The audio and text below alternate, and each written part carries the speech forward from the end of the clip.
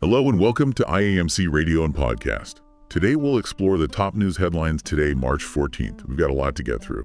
From a scary incident on the tarmac to international tensions and economic ups and downs. Yeah, it's a full plate for sure. So let's just kick things off with that airplane fire in Denver. An American Airlines Boeing 737-800 caught fire after landing safely. Talk about a close call. Definitely a mixed bag of emotions there. The flight was coming in from Colorado Springs, headed to Dallas-Fort Worth, but had to divert to Denver because of engine vibrations. Imagine being one of those 178 passengers and crew, having to evacuate using the emergency slides. Oh, it just puts things in perspective, doesn't it? Thankfully, only minor injuries were reported. But this isn't an isolated incident. This comes after a series of aviation safety concerns in the U.S., including that fatal mid-air collision near Washington, D.C. back in January. Right, and it raises questions about what's contributing to this trend. Some experts point to the increasing age of the aircraft fleet, while others suggest pilot shortages and training issues might be playing a role. It's certainly something both regulators and airlines are going to be scrutinizing closely. And let's not forget the impact on travelers. Airline CEOs are saying these incidents are a major factor in the dip in travel demand. People are understandably nervous. Yeah. Switching gears now, we've got a story about religious tensions and possible arson. The Apostolic Church in Houston, Texas is facing property disputes, and one of its mission houses was completely destroyed in a fire. A $700,000 property just gone. What's at the heart of this conflict? It seems to be a power struggle over who controls the properties purchased with Nigerian church funds. Accusations are flying, and this situation really underscores the complex dynamics that can exist within international religious organizations. It'll be interesting to see how this unfolds. Speaking of Nigeria, President Bola Tinubu is making headlines with his claims about the country's economic situation. He's arguing that Nigeria was teetering on the edge of bankruptcy before he stepped in and removed fuel subsidies.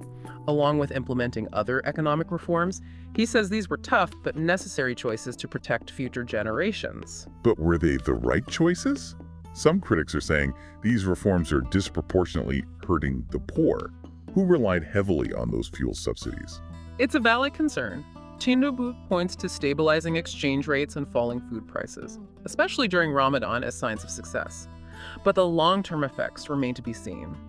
There are those who argue that these initial positive indicators might just be masking deeper systemic issues. Time will tell, I guess. Yeah. Now, on the topic of global power plays, Ontario Premier Doug Ford is calling out China.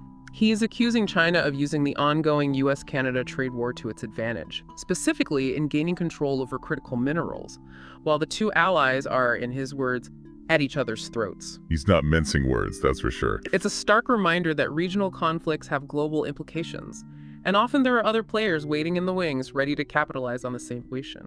Ford seems to be saying that a united front between the US and Canada is crucial, especially when dealing with a rising power like China. It's a perspective many share, particularly those who see China's growing economic and geopolitical influence as a potential threat. Others, however, argue that this fear is overblown, and that cooperation rather than confrontation is the key to a stable global order. Meanwhile, back in Nigeria, the government is proposing a Fly Nigeria Act aimed at promoting the use of its national airlines, potentially impacting government-funded travel. It sounds a lot like the Fly America Act here in the US, doesn't it? The intention seems to be boosting the domestic aviation industry and stimulating economic growth. However, there are potential downsides to consider. Such as? Well, for one, it could limit competition and drive up travel costs for government officials. There's also the question of whether Nigerian airlines have the capacity and infrastructure to handle a sudden surge in demand if government travel is restricted to them. Those are important points. It seems like adopting a policy like this requires careful consideration and a thorough assessment of its potential impact. Absolutely. Blindly implementing a policy just because it works somewhere else can have unintended consequences. It's about understanding the specific context and adapting strategies accordingly. Now let's talk about Lagos, Nigeria. Despite facing economic challenges, Lagos boasts a GDP of $259 billion, making it the second largest city economy in Africa, right behind Cairo. It's an incredible story of resilience and growth, especially when you consider the first half of 2024 saw impressive economic expansion in Lagos. It really highlights the potential within certain African nations and the investment opportunities they present. Lagos is a prime example of how a city can thrive even in the face of adversity. It challenges the often negative narrative surrounding Africa and underscores the importance of looking beyond the headlines to see the full picture. Back in the U.S., a federal judge has made a landmark ruling regarding the mass firings of probationary employees under the Trump administration. Thousands of those who were let go are now being ordered to be rehired. The judge called the dismissals a sham and criticized the government for bypassing legal procedures for workforce reductions. This ruling has been met with praise from employee unions, who argue that many of the firings were politically motivated and disregarded the rights of those affected. It's a reminder that due process is paramount, especially when it comes to employment matters. And it raises questions about whether there will be any accountability for those who are responsible for these firings. It's certainly going to be a topic of much discussion and debate, particularly in the legal and political spheres. Some argue that this ruling sets a dangerous precedent, while others see it as a crucial victory for workers' rights and a check on executive power. Moving on to international diplomacy, things are heating up between the UK and Russia. The UK has expelled a Russian diplomat and their spouse, mirroring a similar move by Moscow targeting British diplomats.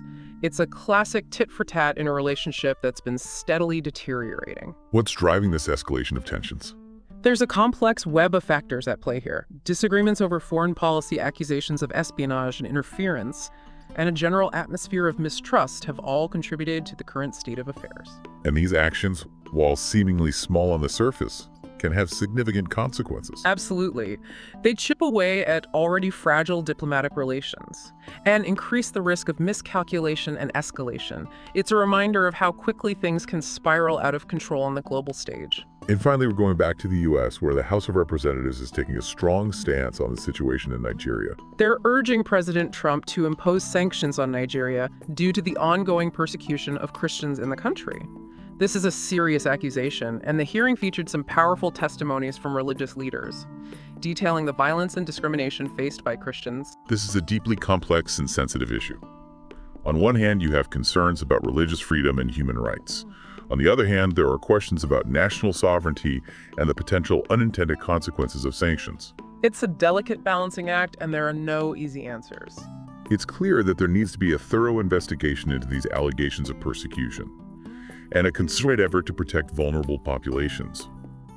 But the best approach to achieving that is still up for debate.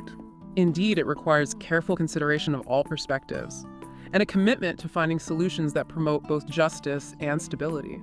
It's situations like this that really highlight the complexities of international relations, and the responsibility we have as global citizens to stay informed and engaged. Absolutely. It's situations like this that really highlight the complexities of international relations and the responsibility we have as global citizens to stay informed and engaged. It's definitely not a black and white situation, and it's easy to form opinions based on headlines, but as we've been discussing, there's always so much more beneath the surface. Exactly, and that's what makes exploring these news headlines so fascinating. It's a journey of discovery and learning where we challenge our own assumptions and broaden our understanding of the world. Speaking of challenging assumptions, let's circle back to that Fly Nigeria Act we touched on earlier. It's interesting to compare it to our own Fly America Act and consider the potential implications. It's tempting to draw a direct comparison, but it's important to remember that each country has its own unique context and challenges on the surface. The goal of promoting national airlines and stimulating economic growth is understandable. But as we discussed, there are potential downsides like limited competition and increased costs. And then there's the question of capacity. Can Nigerian airlines handle a significant increase in demand if government-funded travel is restricted to them? That's something they'll need to carefully assess. It's a classic case of needing to weigh the potential benefits against the potential risks and unintended consequences. There's no one-size-fits-all solution, and what works in one country might not necessarily work in another. Now let's shift gears to a story that I think offers a really positive perspective amidst all these complex issues. The economic growth we're seeing in Lagos is truly remarkable. It's a testament to the resilience, innovation, and entrepreneurial spirit of the people of Lagos. They're turning challenges into opportunities and proving that Africa is a continent full of potential. Their GDP of $259 billion speaks for itself. It's the second largest city economy in Africa, and they're showing no signs of slowing down. It's a story that deserves more attention.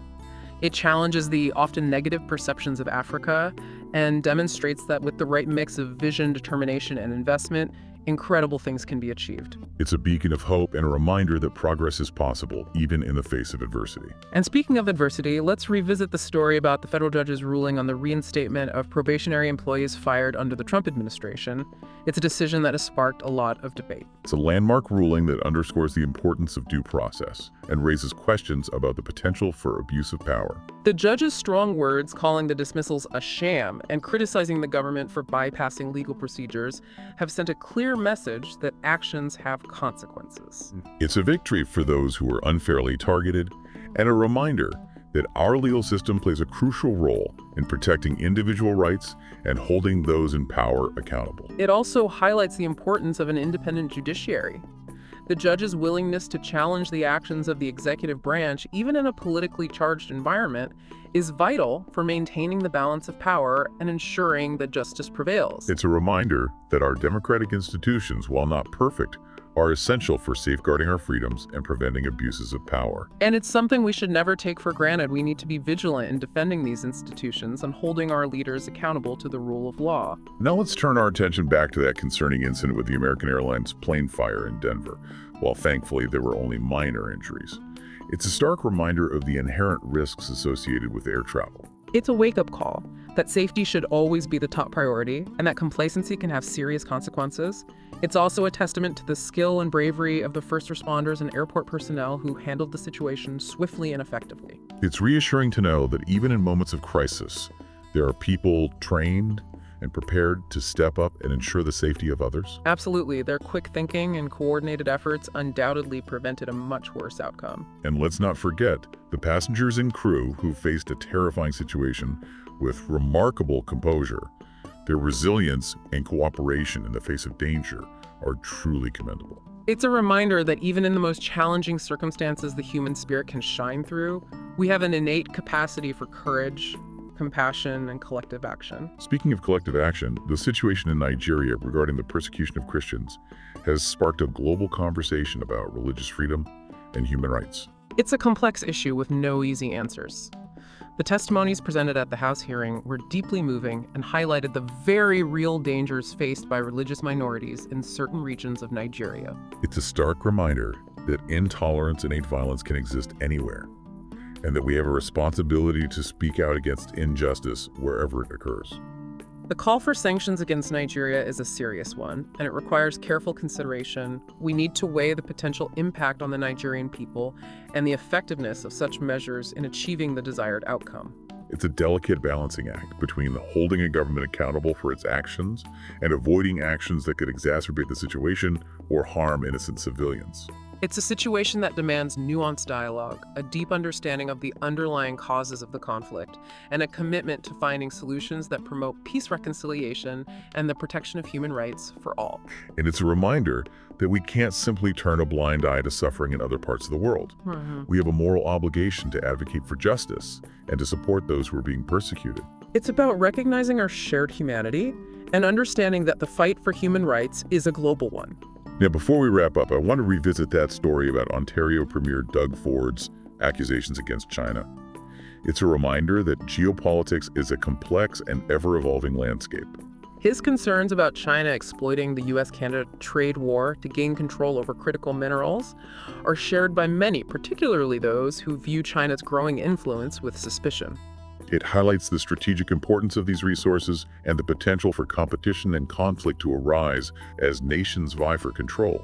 It also raises questions about the need for international cooperation and the role of diplomacy in navigating these complex issues. It's a reminder that we live in an interconnected world where actions taken in one part of the globe can have ripple effects far beyond its borders. And it underscores the importance of strategic thinking, long-term planning, and building strong alliances to address shared challenges and promote global stability.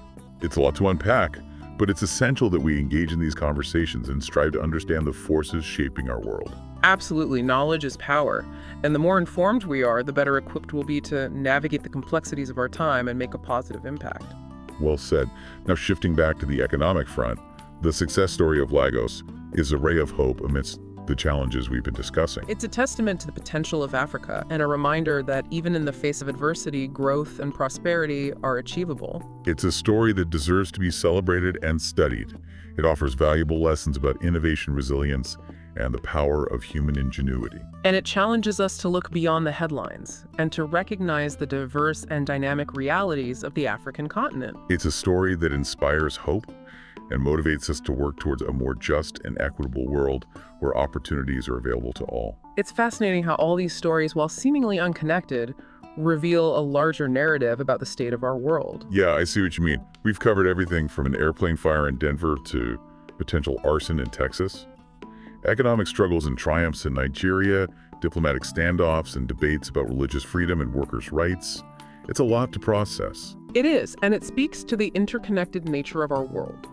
Whether it's the ripple effects of a trade war, the global impact of an aviation incident, or the way religious tensions in one country can spark debates in another, we're constantly reminded that we're not isolated actors. What happens in one corner of the world can, and often does, have implications elsewhere. It's like a giant complex web where everything is connected in some way. And understanding those connections is crucial for making sense of the news, forming informed opinions, and even making decisions in our own lives. Precisely.